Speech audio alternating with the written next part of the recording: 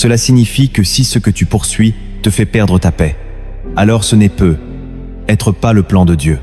Forcer une saison produit toujours du stress, de la confusion, de la fatigue. Mais suivre le rythme du ciel produit du repos, même dans l'attente. Dieu veut que tu entres dans ce repos.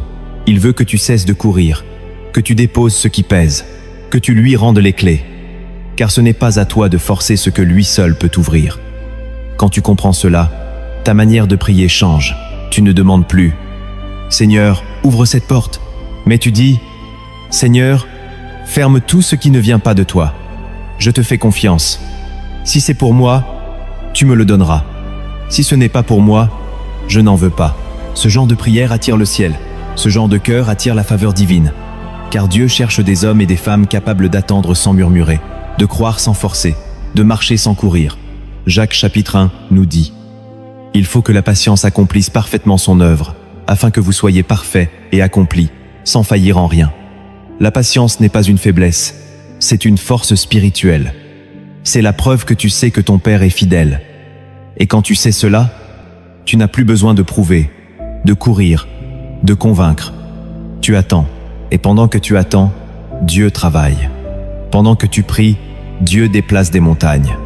Pendant que tu obéis, Dieu aligne les circonstances. Rien n'est perdu dans l'attente quand Dieu est aux commandes. Rien n'est vain dans le silence quand Dieu parle à l'intérieur.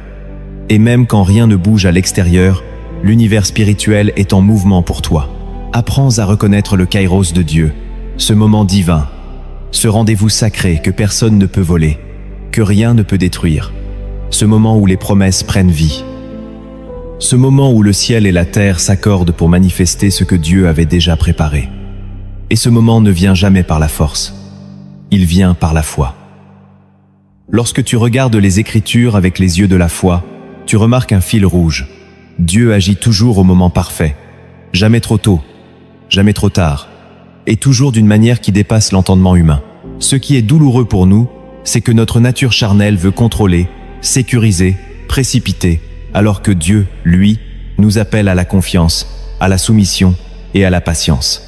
Il ne se laisse pas impressionner par notre urgence, car son horloge est céleste. Ecclésiaste chapitre 3 le dit clairement. Il y a un temps pour tout, un temps pour planter, un temps pour récolter, un temps pour pleurer, un temps pour rire.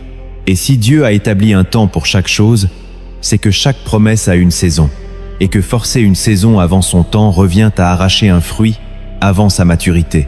Tu peux l'avoir dans ta main, mais il ne te nourrira pas, il te blessera. C'est ce que ça